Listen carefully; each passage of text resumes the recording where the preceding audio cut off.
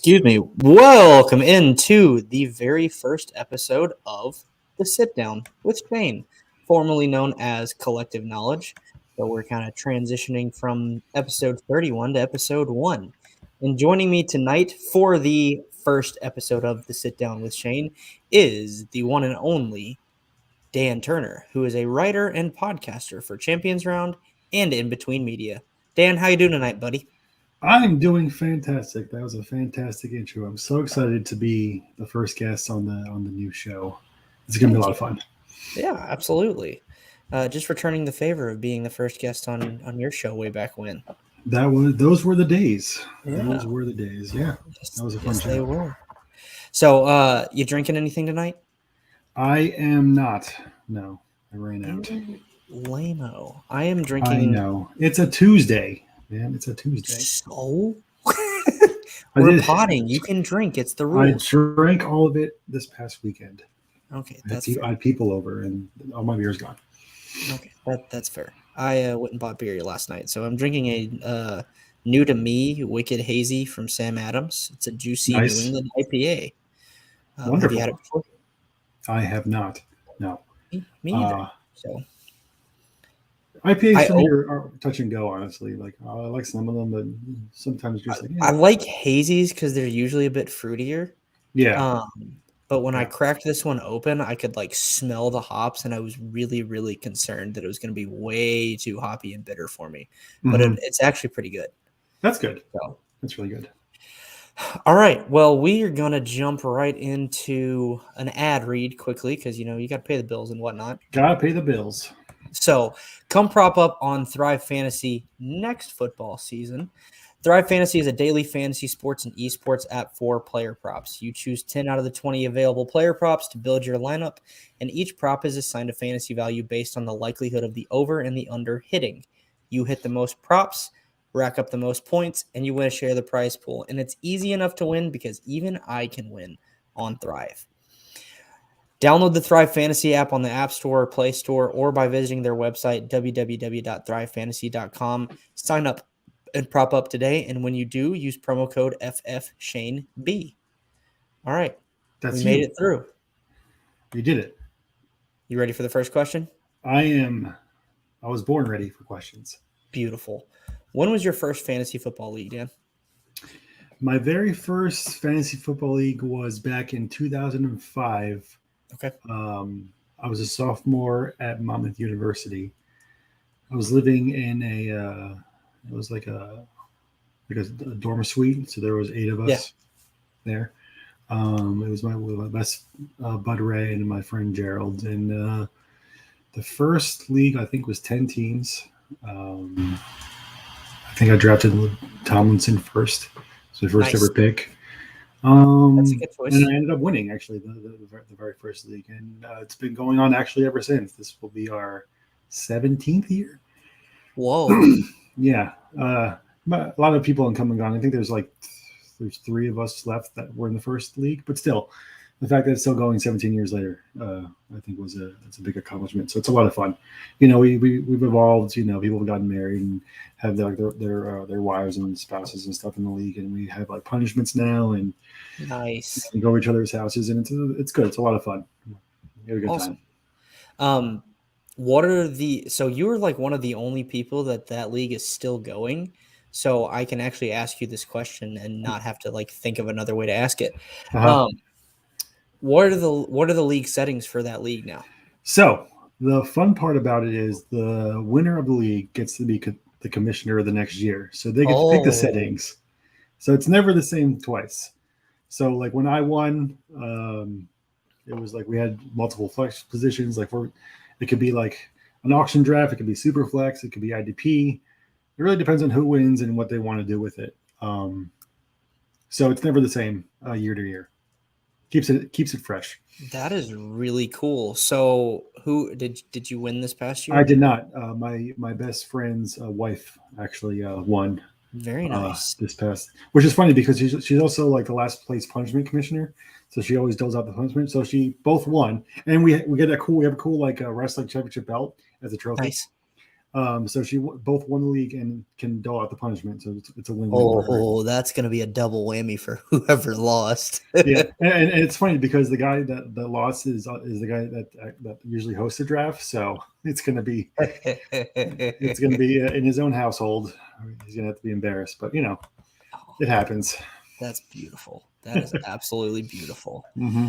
So, what are your favorite league settings? And normally the way I pose this, Dan, is let's say, because I know we're cutting back on some leagues this year. Let's say you can join one more league, though. Uh-huh. Got to be your favorite settings. What are those settings? I would love to join a vampire league. Oh, okay. I think that vampire leagues are a lot of fun. They require, as the vampire, obviously. I think that they're really out there. They're not the norm. But if you can win as a vampire, I think that it's a lot more rewarding. But for more general leagues, I like.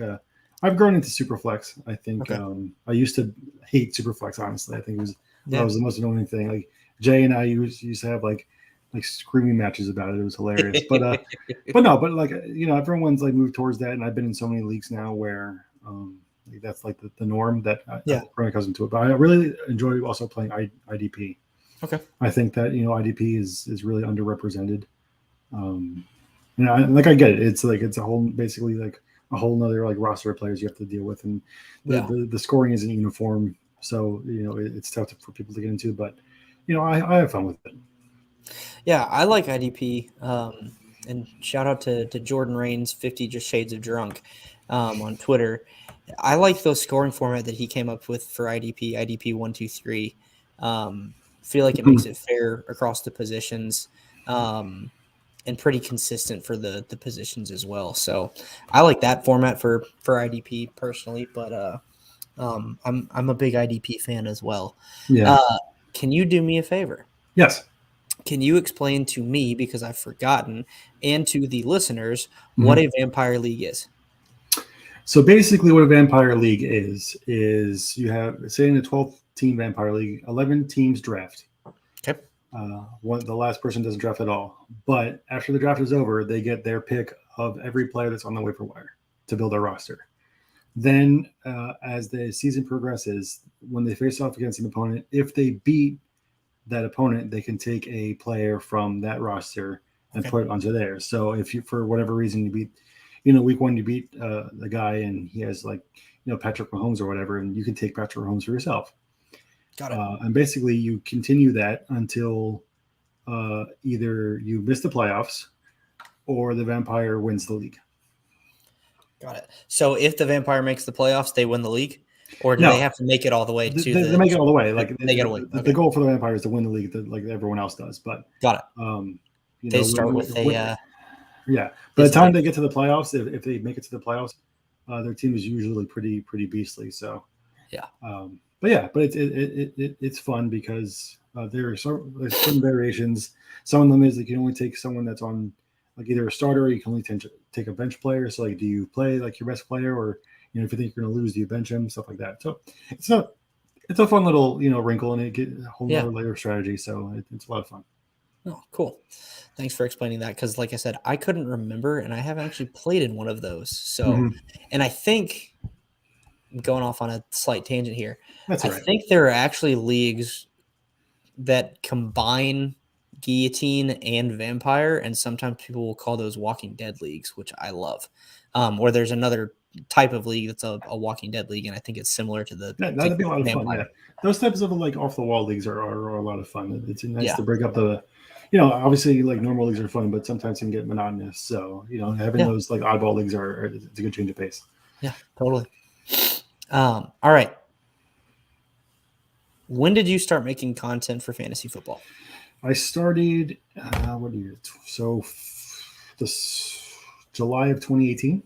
Okay, very cool. I started, I was actually doing Jeff Lambert over at Going for Two. He was in a couple of Facebook groups I was in at the time. And I think he put on the post, if you want to write whatever. I was like, sure, so I messaged them and they say, I can, write do you mind if I start writing? And she's like, sure. What do you want to do? And I was just like, just like a part time, like once a month, type deal, just to get my feet wet. And I think my first ever article was like a waiver wire article in like October of that year. So yeah, I was just working, not working, like I was just writing, like on and off occasionally, just and it ended up, here Champions Round. After all that, I got matched up with that. The next year, I got matched up with Jay doing the Upside show. Okay. Jay and I never talked before that, and it was a great experience, and I ended up becoming head of Dynasty content over at Going for Two there, nice. And then I went to FYF for a month. I had a cup of coffee there, and then the Champions Round opportunity came up. So awesome. That's where I am now. Very cool. And you are the co-host of Every Day is Draft Day at Champions Round? Awesome. Yeah, Every Day is Draft Day. That's right. Yep. I have a sticker. I still haven't found where to put the sticker, but I have a sticker. Well, as long as you have it, that's what matters. Yeah. All right. You already answered question 4A. So question 4 is, what made you start? Obviously, Jeff kind of reached out in that Facebook group, but what made you actually step over that line and say, I want to start doing this? So obviously, like, I've been playing for a long time, and I from a like career aspect, I was in like banking at the time. So I was looking looking towards a career, wanting to pursue a career like in football. Mm-hmm. So I didn't exactly get to where I wanted, but in that respect, but seeing, I love seeing, how people like ask questions like, hey, is this guy going to do well because of this and stuff? And I have a history degree. So I love doing like research and stuff. So that was a really easy way for me to parlay that love of knowledge and stuff into football, because there's a stat and reason for everything around here. Yeah. So and then I just I love writing, so I figure why not give it a shot? It wasn't like a high pressure situation. It was just like, hey, come write for us. You're not. Probably, no one's probably going to read it, but it's just like, it was fun for me. It was fun for me to try it out. I didn't even know fantasy Twitter existed or anything like that. I had a Twitter account I made in 2009 that I had like 2 followers. I haven't touched in like 6 years. But it ended up working out. And I never expected like as much as I've gotten from it. It was just supposed to be like this. Like once a month, I mean, like once a week hobby where I just do it for fun, and now it's turned into so much more than that, and I'm so thankful for all the opportunities I got in there. But but yeah, it was originally just supposed to be like a hobby. Honestly, it was just a way to write my thoughts down, and whoever read it, great. If not, it was something more for me really than absolutely else. That's really cool.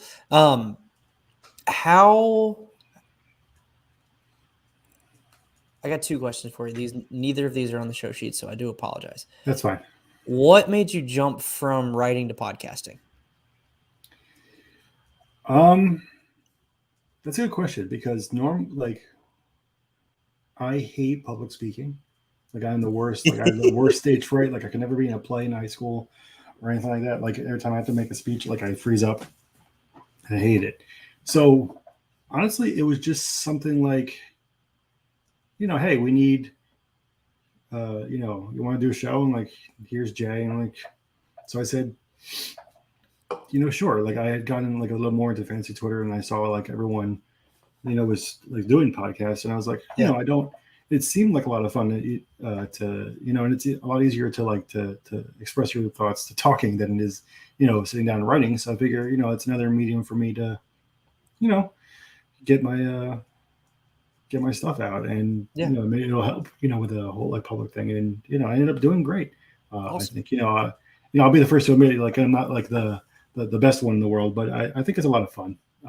I think it's awesome to be like now, like, being able to just see people and talk to them and get their opinions, and it kind of made sense, like when we went to the expo, where like we were seeing each other, but like we had seen each other for so long, it was just like, oh, this was just like old friends kind of thing. So that kind of relationship building was something I didn't expect really to happen with it, but it ended up being like one of the biggest takeaways I got from podcasting.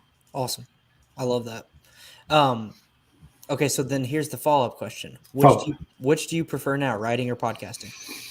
Still writing.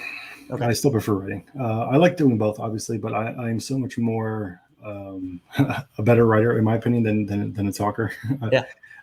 That's just something. It really is more as much about comfort level as anything else. Like I think I can express things better in my writing than I do talking.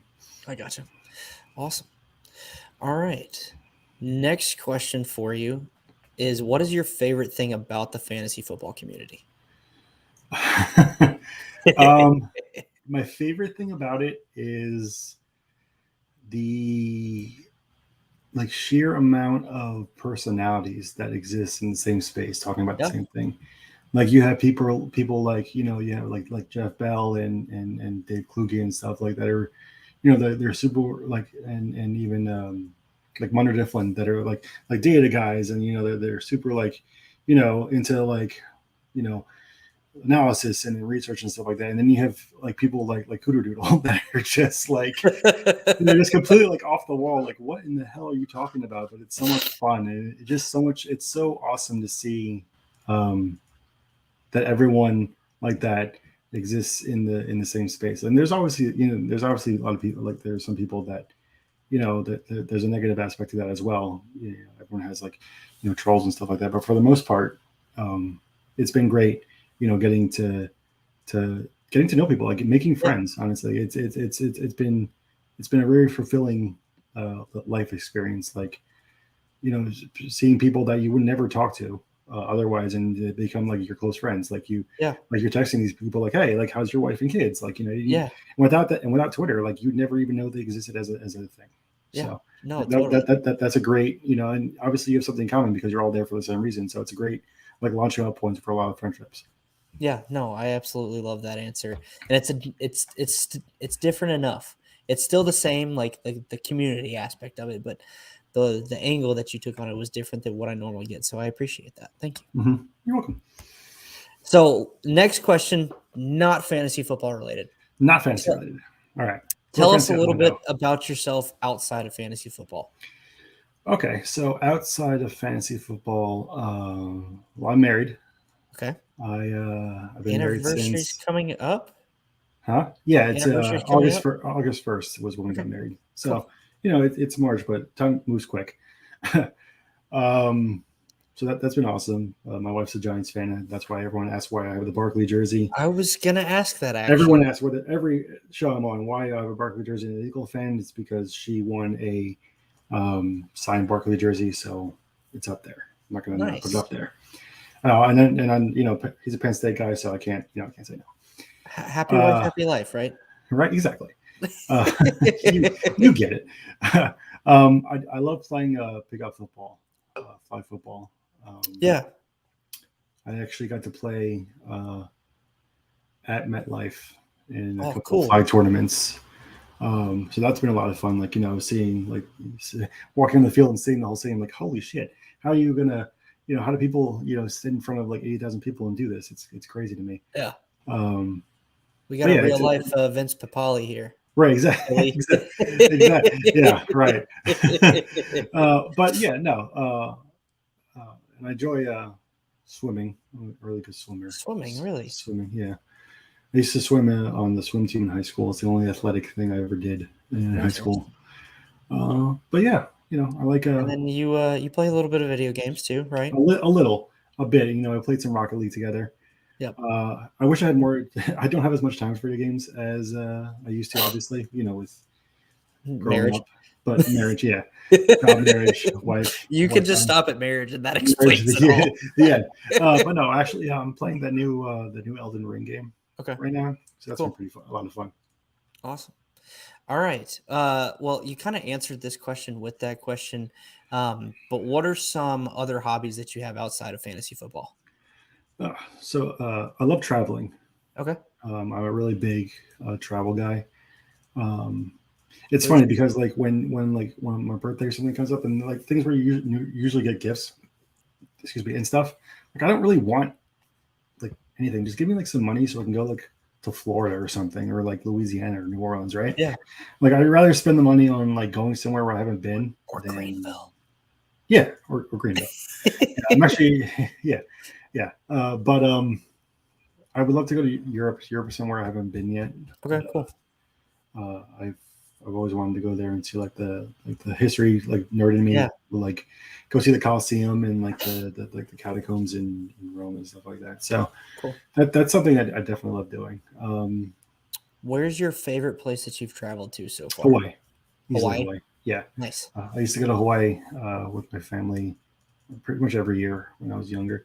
It's just so peaceful there. Like it's such a like you see like around here where everyone's like stressed and like has to like it's always go and everything. It's just like they just it's not even that they don't care. It's just like they are so content with their place in life. It's just such a 180 from like coming from like the city and Jersey and stuff like that. It's such a wonderful like thing to be like a part of it. And really you can see like the stark difference with how they do it over there and here. Yeah. Awesome. I've never been to Hawaii, so I'm a little jealous. All right. Are you ready for some rapid fire? I'm ready. Cool. And before we do that, hey, Craig, how's it going? What's up, Greg? All right, here we go for rapid fire. Rapid fire. Favorite NFL team? The Eagles. Favorite college team? So it's a tie between Penn State and LSU.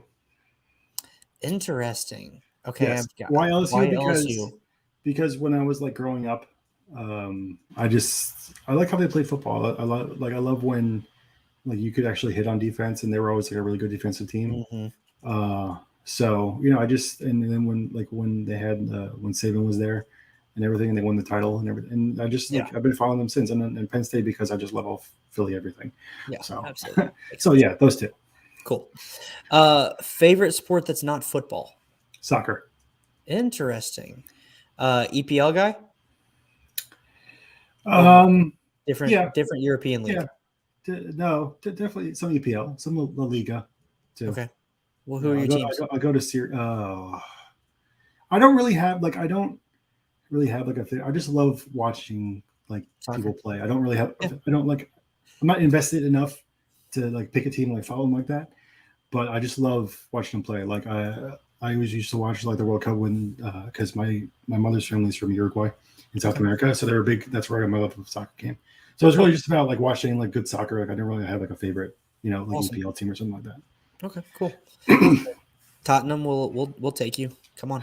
All right, yeah, sure. I'm a free agent. Why not? Soccer is actually the sport that I played in high school, so I Me too. A love for it too. Actually, before high school. It was before high school I played. But. All right, favorite food. Favorite food probably would be shepherd's pie. Ah, interesting. Very interesting. Favorite sports movie. The Mighty Ducks 2.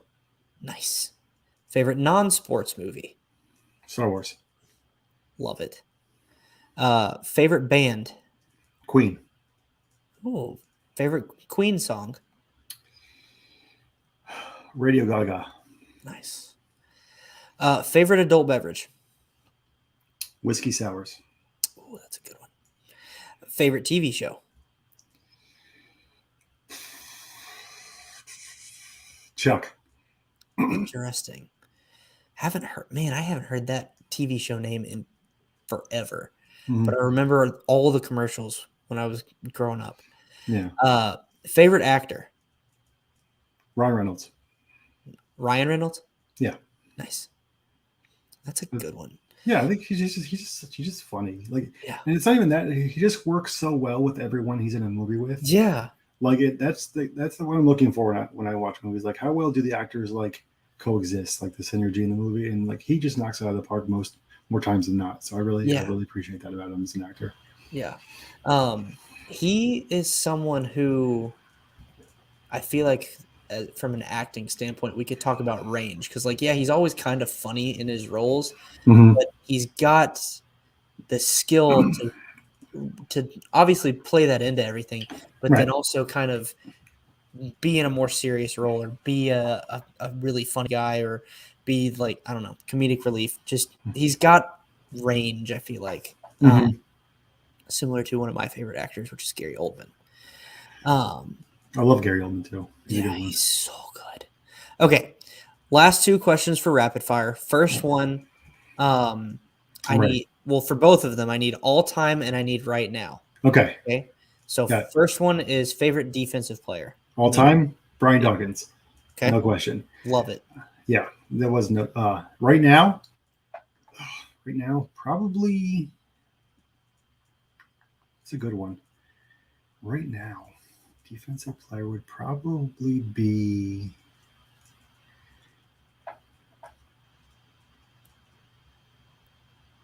Is that current Eagle? No, it's not an Eagle. Eagles defense sucks. They're terrible. They're the worst. Jeez, this is hard.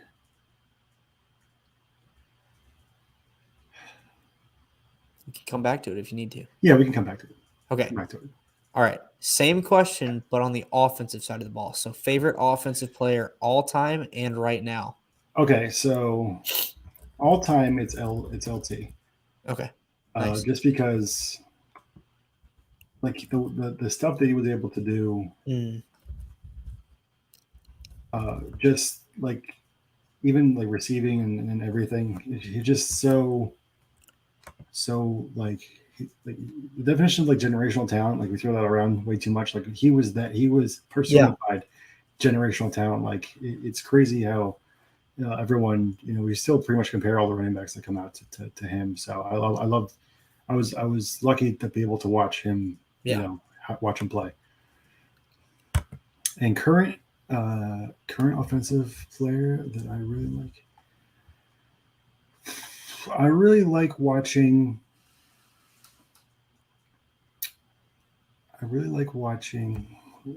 Travis Kelce. Travis Kelce is my favorite because he like.